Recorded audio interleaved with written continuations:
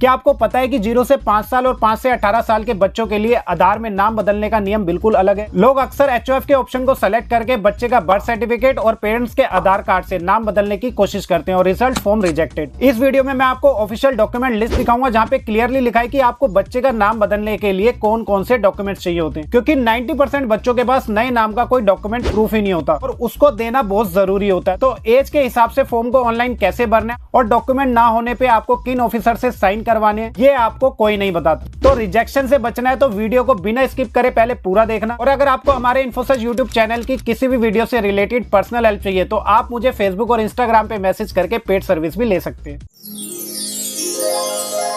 तो सबसे पहले आपको आधार कार्ड की इस ऑफिशियल साइट पे आना है, जिसका डायरेक्ट लिंक वीडियो के डिस्क्रिप्शन में भी दे दिया है। तो बिना लॉगिन करे स्क्रीन को नीचे की तरफ स्क्रॉल करना है और यहाँ जितनी भी सर्विसेज हैं इसके लिए आधार कार्ड में पहले से मोबाइल नंबर लिंक होना जरूरी नहीं होता, जैसा यहाँ क्लियरली लिखा भी हुआ है। अब यहाँ पे बुक एन अपॉइंटमेंट पे क्लिक करना है और यहाँ लॉगिन करने के लिए 2 ऑप्शन होते हैं, या तो मोबाइल नंबर से या फिर ईमेल आईडी से, जिसपे भी आप OTP रिसीव कर सको उस ऑप्शन को चूज कर लेना। तो यहाँ पे आप किसी का भी नाम और मोबाइल नंबर यूज करके अपॉइंटमेंट बुक कर सकते हैं और सामने जो कैप्चा कोड लिखा हुआ है यहाँ टाइप करके सेंड OTP पे क्लिक करना है। अब मोबाइल पे जो OTP आएगा उसे डाल के ऑथेंटिकेट विद OTP पे क्लिक करके आगे बढ़। अब यहाँ पे डिटेल्स में पहले एज ग्रुप चूज करना होता है, जिनके भी आधार कार्ड में आपको नाम या कोई भी डिटेल्स को अपडेट करना है, क्योंकि हर एज ग्रुप के लिए अलग अलग डॉक्यूमेंट लिस्ट होती है। और मैं आपको इस वीडियो में दोनों एज ग्रुप के बच्चों के लिए 0 से 5 साल और 5 से 18 साल के लिए नेम अपडेट के डॉक्यूमेंट्स बताऊंगा, तो वीडियो को स्किप बिल्कुल भी मत करना। तो सबसे पहले यहाँ 0 to 5 एज ग्रुप के बच्चों को चूज करना है। फिर यहाँ सर्विसेज में 2 ऑप्शन मिलेंगे। तो अगर बच्चे का नया नाम से कोई भी पहले से सपोर्टिंग डॉक्यूमेंट अवेलेबल है, जैसे minor pan card, passport, school leaving certificate and marksheet,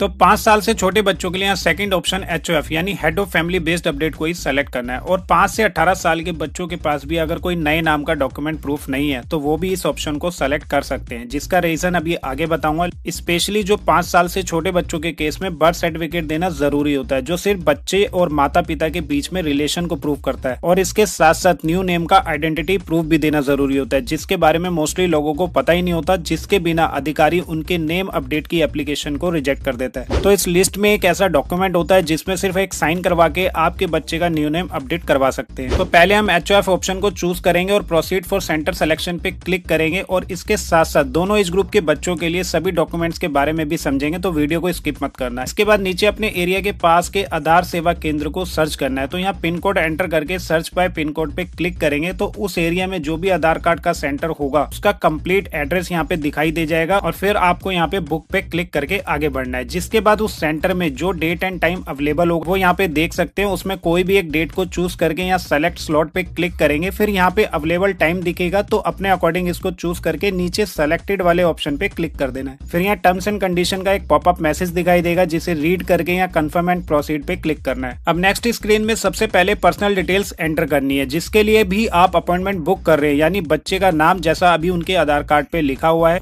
और मोबाइल नंबर आ जाएगा। फिर नीचे बच्चे का आधार नंबर एंटर करना है, जिसके बाद नीचे सभी ऑप्शंस दिखाई देंगे और जिसमें भी आपको चेंजेस करने हैं उस ऑप्शन के ऊपर आपको क्लिक करना है। जैसे हम यहाँ सिर्फ नेम को चूज करेंगे तो नीचे उसको ठीक करने की एप्लीकेशन फीस 75 रुपीज शो करने लगेगी। फिर नीचे स्क्रॉल करना है, अब बच्चे का नया वाला नाम लिखना है जो आप अभी चेंज करना चाहते हैं। जिसके बाद सामने प्रूफ ऑफ आइडेंटिटी की डॉक्यूमेंट लिस्ट आ जाएगी, जिसे बच्चे का नया नाम प्रूव कर सको कि किस डॉक्यूमेंट में नया वाला नाम पहले से लिखा हुआ है। तो इसको ध्यान से समझना, जैसे फोटो ID कार्ड या सर्टिफिकेट, सेंट्रल गवर्नमेंट या स्टेट गवर्नमेंट का कोई भी एक फोटो ID कार्ड हो, जैसे डोमिसाइल यानी कि निवास प्रमाण पत्र होता है, या लेबर कार्ड हो, क्योंकि आइडेंटिटी प्रूफ में नए नाम के साथ साथ बच्चे की फोटो भी होना जरूरी होती है। बिना फोटो वाला कोई भी प्रूफ आइडेंटिटी प्रूफ नहीं माना जाता। ऐसे ही बच्चे का राशन कार्ड में सही वाला नाम लिखा हो वो भी आप दे सकते हैं, या जाति प्रमाण पत्र यानी कि कास्ट सर्टिफिकेट है जो सरकार देती है, या इंडियन पासपोर्ट हो, ऐसी स्टैंडर्ड सर्टिफिकेट होते हैं UIDAI के, जो आपको इनमें से मेंशन किसी भी गजेटेड ऑफिसर से साइन करवा के बच्चे का न्यू नेम अपडेट करवा सकते हैं। तो जिनके पास पहले से कोई भी नए नाम का आइडेंटिटी प्रूफ नहीं होता तो इस सर्टिफिकेट का यूज कर सकते हैं। इस लिस्ट के अकॉर्डिंग कौन कौन से गजेटेड ऑफिसर से आप साइन करवा सकते हैं वो बाकी सभी डॉक्यूमेंट्स के बारे में बात करने के बाद समझेंगे। ऐसे ही मनरेगा जॉब कार्ड हो जो बच्चों को जनरली नहीं होता, ऐसे ही डिसेबिलिटी कार्ड हो जो बच्चों को मानसिक या फिजिकली हैंडीकैप्ड होते हैं उनका एक स्पेशल कार्ड बनाया जाता है जो हर जगह वैलिड होता है। तो ट्रांसजेंडर ID कार्ड या इनमें से कोई भी गवर्नमेंट का हेल्थ कार्ड हो, और अगर कोई अपना पूरा ही नाम बदल देता है जो की मेजर चेंजेस माने जाते हैं तो उसके लिए सरकारी रिकॉर्ड में जैसे गैजेट में नोटिस निकलवाना पड़ता है, या इनमें से मेंशन्ड हेल्थ इंश्योरेंस कार्ड हो या फिर माइनर पैन कार्ड हो जो बच्चों का बनता है, तो किसी भी एक डॉक्यूमेंट को सेलेक्ट कर सकते हैं। और यही अगर मैं पीछे 5 से 18 साल के एज ग्रुप को सेलेक्ट करता तो यहाँ लिस्ट में कुछ एक्स्ट्रा डॉक्यूमेंट देखने को मिल जाते हैं, जैसे प्रिजनर डॉक्यूमेंट जो कि जेल में बंद कैदियों के लिए होता है, ऐसी पब्लिक सेक्टर बैंक की पासबुक हो जिसके साथ ब्रांच मैनेजर का भी सर्टिफिकेट देना जरूरी होता है। ऐसे किसी बच्चे के पास अगर स्कूल लिविंग सर्टिफिकेट या टीसी यानी कि ट्रांसफर सर्टिफिकेट हो, वो भी आइडेंटिटी प्रूफ के लिए यूज कर सकते हैं। ड्राइविंग लाइसेंस हो या बोर्ड की मार्कशीट एंड सर्टिफिकेट का भी यूज कर सकते हैं। और अगर इनमें से कोई भी डॉक्यूमेंट नहीं है तो ये बच्चे भी यूआईडीआई के स्टैंडर्ड सर्टिफिकेट का प्रिंट लेके इन ऑफिसर से साइन करवा सकते हैं। तो इस लिस्ट के अकॉर्डिंग किन किन ऑफिसर से साइन करवा सकते हैं उसे ध्यान से समझना। तो फर्स्ट सर्टिफिकेट जनरली सबके लिए होता है, यानी कि गस्टेड ऑफिसर एट नाको यानी नेशनल एड्स कंट्रोल ऑर्गेनाइजेशन के जो बड़े ऑफिसर होते हैं, या फिर स्टेट के हेल्थ विभाग का कोई बड़ा ऑफिसर हो, या फिर प्रोजेक्ट डायरेक्टर हो स्टेट एड्स कंट्रोल सोसाइटी के। सिंपल भाषा में समझे तो हेल्थ डिपार्टमेंट या फिर एड्स कंट्रोल बोर्ड के जो बड़े सरकारी अफसर यानी कि गस्टेड ऑफिसर की लिस्ट में आते हैं, उनके साइन करवा सकते हैं। इसके अलावा अगर दूसरे गस्टेड ऑफिसर से साइन करवाओगे तो वो वैलिड नहीं माना जाएगा।